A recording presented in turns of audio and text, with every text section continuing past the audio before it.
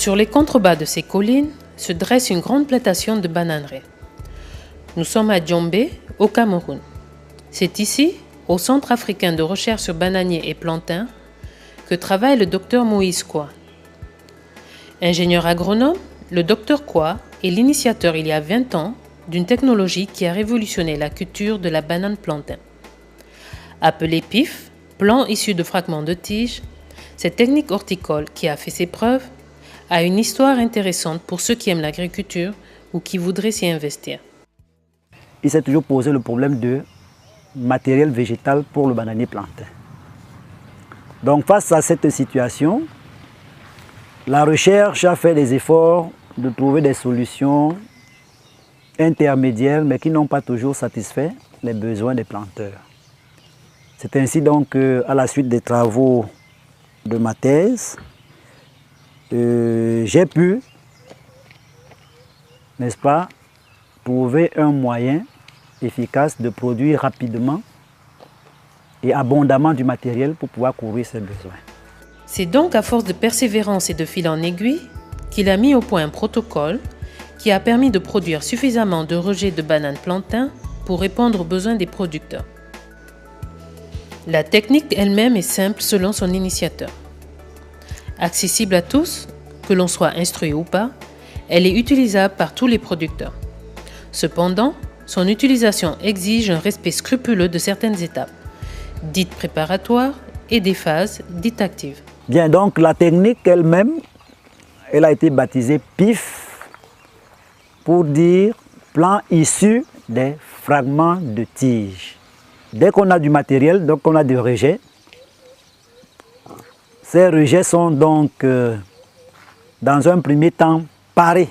Ça veut dire tout simplement qu'on les décape extérieurement avec un couteau de cuisine, avec des normes standards que nous préconisons, pour pouvoir enlever toute la couche extérieure du rejet sur laquelle, n'est-ce pas, éventuellement il y a des parasites, notamment les nématodes, mais aussi des charançons. Donc on le pèle, un peu comme on pèlerait une igname ou un macabo, et on retire toute la couche extérieure sans aller trop en profondeur. Ça, c'est une certaine épaisseur que nous recommandons. Après donc la phase de parage, il y a une deuxième phase qui va suivre, une deuxième étape, c'est l'étape du décortiquage. Donc le décortiquage ici, c'est qu'on va essayer de libérer quelques assises, n'est-ce pas, du rejet qu'on a en enlevant quelques feuilles. Entre 2 et 5 feuilles généralement, quand on l'a fait. Il nous reste donc une structure de rejet qui a libéré un certain nombre d'espaces où les bourgeons potentiels se trouvent. Et après cela, donc, cet élément est réduit de manière à être conservé pendant 48 heures. 48 heures, c'est une moyenne, mais on peut le conserver entre 36 et 72 heures. Passé ce délai, le planteur reprend son matériel. Il est important que le matériel végétal soit gardé dans un espace protégé. Le mieux, dans un étal où l'air circule facilement. Et au bout de 48 heures en moyenne, le planteur peut reprendre son matériel végétal pour le retravailler. Les étapes qui vont suivre vont conduire à obtenir à la fin ce qu'on appelle un explant avec des incisions. Parce qu'à la fin de la première phase, on obtient un explant de rejet. On va donc obtenir à la fin un explant prêt à être introduit dans un milieu, n'est-ce pas, qu'on appelle le germoir, un milieu préparé pour cela. Mais il faut également prévoir une structure comme celle que vous voyez ici, c'est-à-dire une ombrière, qui peut être faite aussi avec des matériaux provisoires, c'est-à-dire des matériaux locaux. Ça, c'est quand même du matériel assez cher. L'essentiel est de pouvoir réduire, n'est-ce pas, la lumière incidente du soleil pour limiter ses effets, n'est-ce pas, sur les jeunes plantes. C'est des choses essentielles qu'il faut avoir. Depuis que cette technique a été inventée, de nombreux progrès ont été enregistrés, notamment en matière de production de rejets de bananes plantain. La méthode suscite un vrai engouement, non seulement auprès des producteurs traditionnels, mais aussi auprès de ce pharmacien devenu producteur de bananes plantain. Quand je regarde, ça fait d'abord une fierté parce que j'estime que si jamais ça continue comme nous voyons là, je crois qu'au bout du tunnel, je dois plutôt trouver du sourire. Le succès de la méthode PIF a dépassé les frontières du Cameroun. Grâce au transfert de technologies préconisé par le PPAO, le Programme de productivité agricole en Afrique de l'Ouest, les planteurs ivoiriens ont eu accès à la technique PIF. Pour eux, les difficultés qu'ils rencontraient en matière de production de rejets de plants de bananes plantains sont désormais terminées. C'est un atout.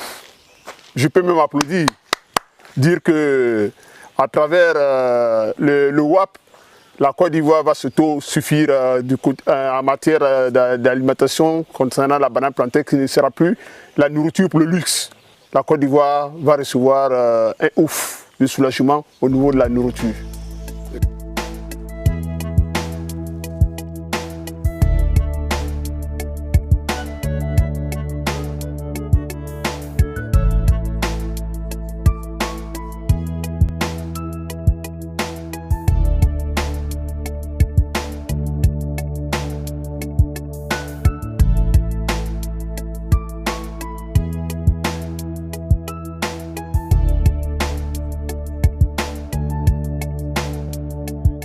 Aujourd'hui, vous voyez, lorsque je me lève le matin, que je vois ces plants, je suis heureux.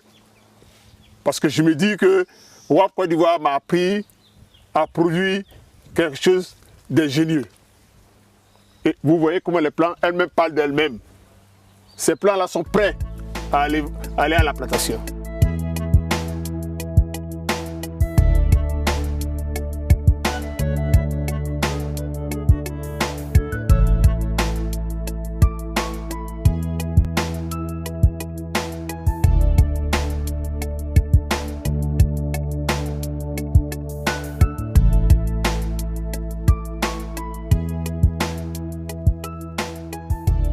La méthode du PIF est vraiment la méthode la meilleure parce qu'avec cette méthode-là, la méthode du PIF surtout, on a rapidement des plans de rejets et aussi on a des rejets sains. Le lundi prochain, nous allons sortir près de 10 000 rejets puisque ça va chaque fois décroissant.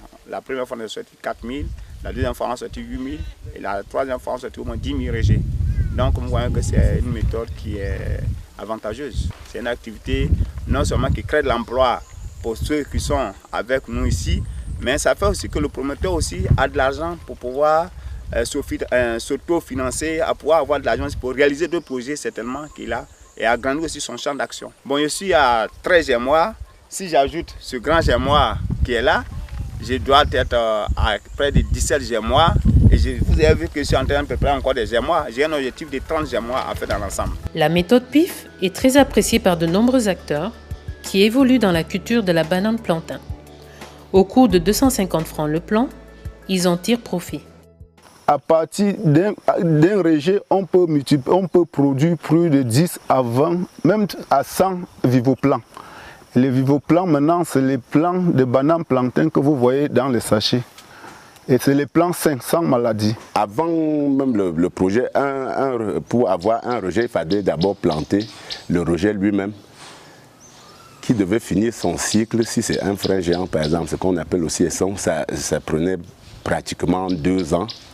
Et c'est après la coupe qu'on pouvait prélever un rejet. Et le taux de reproduction était très très faible. Par exemple, pour les essons, les freins géants, c'est en moyenne 3 rejets sur presque 2 ans. Aujourd'hui, avec la méthode PIF, vous avez pratiquement 200 plants par explant, et cela dans une moyenne de 3 mois. Vous voyez que c'est extrêmement rapide, c'est extrêmement innovateur, et c'est ce qui nous permet aujourd'hui d'avancer les bras ballants vers ce que nous pouvons appeler aujourd'hui la domination de la filière bananier plantain sur le plan technique. Le succès de la technique PIF est sans contexte lié à l'utilisation des germoirs qui peuvent être faits de divers matériaux. Le coût d'un germoir est également très abordable. Selon le type de matériau utilisé, le germoir peut revenir entre 25 000 et 100 000 francs CFA, voire plus. C'est dans ces germoirs que le processus de production de rejet de plants se déroule. Le germoir contient en effet un substrat de sciure de bois d'une épaisseur de 2 à 3 cm qui favorise le développement des bourgeons. Le germoir et la serre sont construits sous une ombrière réduisant 50% la lumière. Ces milieux sont créés pour conditionner les esplans pour qu'ils réagissent, assure le docteur Croix. Tout ce que nous avons fait avant, c'était pour conditionner l'explant pour qu'il réagisse. Et maintenant, il va réagir, étant dans le milieu approprié. Et les bourgeons vont commencer donc à venir en surface, donc à s'exprimer. C'est donc comme cela que, entre 30 et 40 jours, dans les cas normaux, on va repartir sur ce germoir et on va ressortir les explants pour pouvoir les retravailler. Donc on va procéder à ce qu'on appelle un premier sevrage, mais également on va procéder à un terme technique que vous aurez l'occasion de bien connaître, à la réactivation des bourgeons, des gros bourgeons qui sont eux-mêmes porteurs d'un gros potentiel.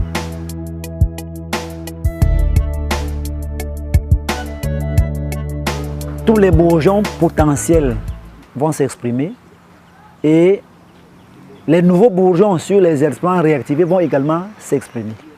C'est ainsi donc que, comme vous le verrez, à la fin, vous avez des touffes de plantules qui sont formées sur l'explant.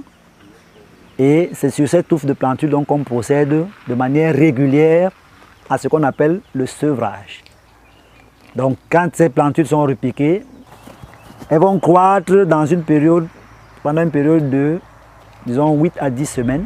Et elles sont prêtes pour aller au champ.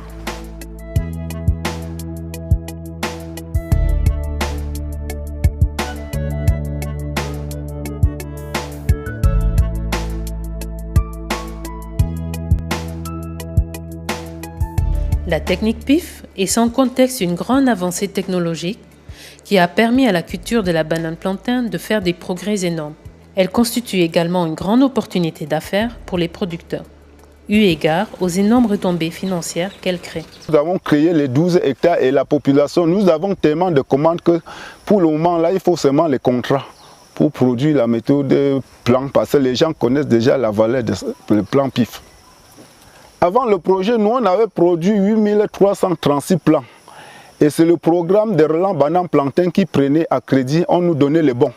Mais le projet est venu maintenant développer non seulement la multiplication PIF, on a aussi eu la formation pour la création et gestion des bananeraies. Et l'année passée, par exemple, nous avons produit 15 000, vendu 5 000. Cette année, nous avons produit 10 000. Nous sommes déjà à 5 000 déjà vendus par méthode PIF. L'engouement des gens par rapport à la filière bananier plantain, c'est véritablement les résultats qu'on obtient. La dernière fois, nous avons produit 46 000 plants dans les 4 germois-ci. Nous avons mis en place 20 000 plants, donc dans notre gic, et nous avons vendu 26 000. C'est ça qui a motivé les gens pour se lancer dans la filière. Les gens imitent ce qui marche. Par ailleurs, diverses formations ont été délivrées, aussi bien à de nombreux acteurs, mais aussi à des étudiants désireux de se lancer dans l'agriculture. La technique PIF est devenue un modèle de cours à l'école technique d'agriculture de Bafang, au Cameroun. Les perspectives de réussite qui existent avec cette technologie ont encouragé de nombreux jeunes qui pouvaient avoir des doutes sur l'agriculture à investir dans cette activité.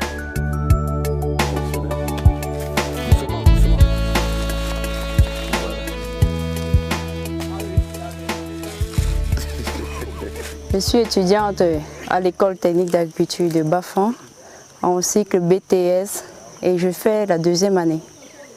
Et concernant le PIF, c'est une très bonne initiative puisque j'ai bénéficié de cette formation lors des stages. Lors de mon premier stage, on nous a invités dans un lieu où on produisait le PIF. Et j'ai vu comment ça se faisait et justement c'est très facile de le faire puisque avec un peu de rejet, on peut obtenir plusieurs plants en un peu de temps et s'y lancer sur une très grande superficie. Je suis en voie de dire que je maîtrise, n'est-ce pas, la technique de multiplication des plants de bananier plantain par la méthode de PIF. Je crois qu'avec le temps, avec les autres opportunités qui se dessinent déjà, je vais davantage améliorer. Oui.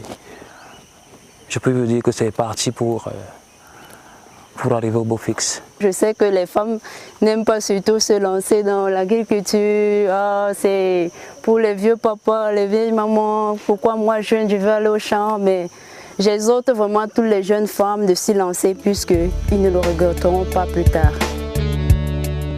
La création de la technique du PIF a favorisé la naissance de plusieurs sources potentielles d'emploi. Plusieurs métiers liés à la production de sachets pépinières, la fourniture de sable, de sciure de bois, de matières organiques et la transformation de produits finaux sont autant d'activités génératrices de revenus qui peuvent attirer sur chaque maillon des dizaines, voire des centaines de jeunes producteurs dans chaque région. Aujourd'hui, avec la plateforme, il y a beaucoup de métiers qui sont développés. Ce qui est aussi intéressant à dire, c'est qu'il y a beaucoup de jeunes qui sont dedans, il y a beaucoup de femmes qui sont dedans, il y a beaucoup de retraités qui sont dedans, même les hommes politiques. Donc, le PIF est venu pour vraiment réduire le chômage, pour créer beaucoup d'emplois. Mettons-nous au travail, faisons comme les Occidentaux ont fait avec leur blé. Arrêtons de consommer ce que nous ne produisons pas, consommons ce que nous produisons. Arrêtons d'apprendre ce qui ne nous sert à rien. Apprenons des choses simples qui vont transformer rapidement notre vie. C'est des choses comme ça, ces petits pas-là que je dis à nos jeunes, faisons ces pas-là. Les diplômes, la souris peut même bouffer. Mais une technique comme le PIF, vous n'avez pas besoin de diplôme pour que vous soyez toujours en train de produire et même de transmettre ça à vos enfants et petits-enfants. Soyons des professionnels des choses que nous pouvons faire facilement. On apprend pour s'insérer dans son milieu, pas pour s'expatrier et s'entasser les uns sur les autres comme des rats à Douala, ou bien devenir des sans-papiers alors qu'on avait tous les papiers ici au Cameroun. Je vous dis, restez ici, on n'est nulle part mieux ailleurs que chez soi. La technique PIF fait partie des grandes réussites issues de la recherche scientifique soutenue par le PPAO, programme phare du Conseil ouest et centrafricain pour la recherche et le développement agricole, CORAFECAD. Grâce à l'appui de la BID, la Banque islamique de développement, ce programme, qui vise à promouvoir les technologies générées par les CNS, Centres nationaux de spécialisation de 9 pays, à savoir Ghana, Mali, Sénégal, Burkina Faso, Côte d'Ivoire, Nigeria, Niger, Bénin et la Sierra Leone, et créer des emplois pour la jeunesse, a généré de nombreuses technologies en cours de dissémination dans les différents pays membres du CORAFECAD.